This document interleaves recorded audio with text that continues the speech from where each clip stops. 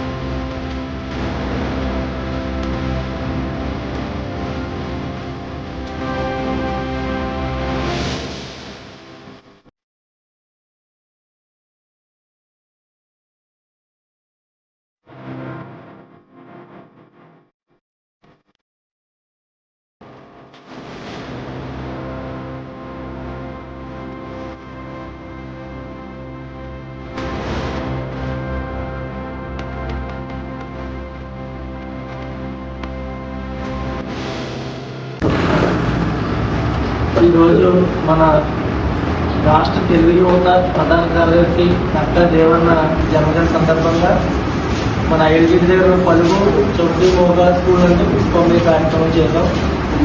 మా దేవన్న ఎలాంటి పుస్తకాలు ఇంకా ఎన్నో జరుపుకోవాలని మనస్ఫూర్తిగా కోరుకుంటూ ఆయన ప్రోత్సాహం ఎలాంటి కార్యక్రమాలు ఇంకా చేస్తామని మనస్ఫూర్తిగా కోరుకుంటాం. Happy birthday Nakka Devanna.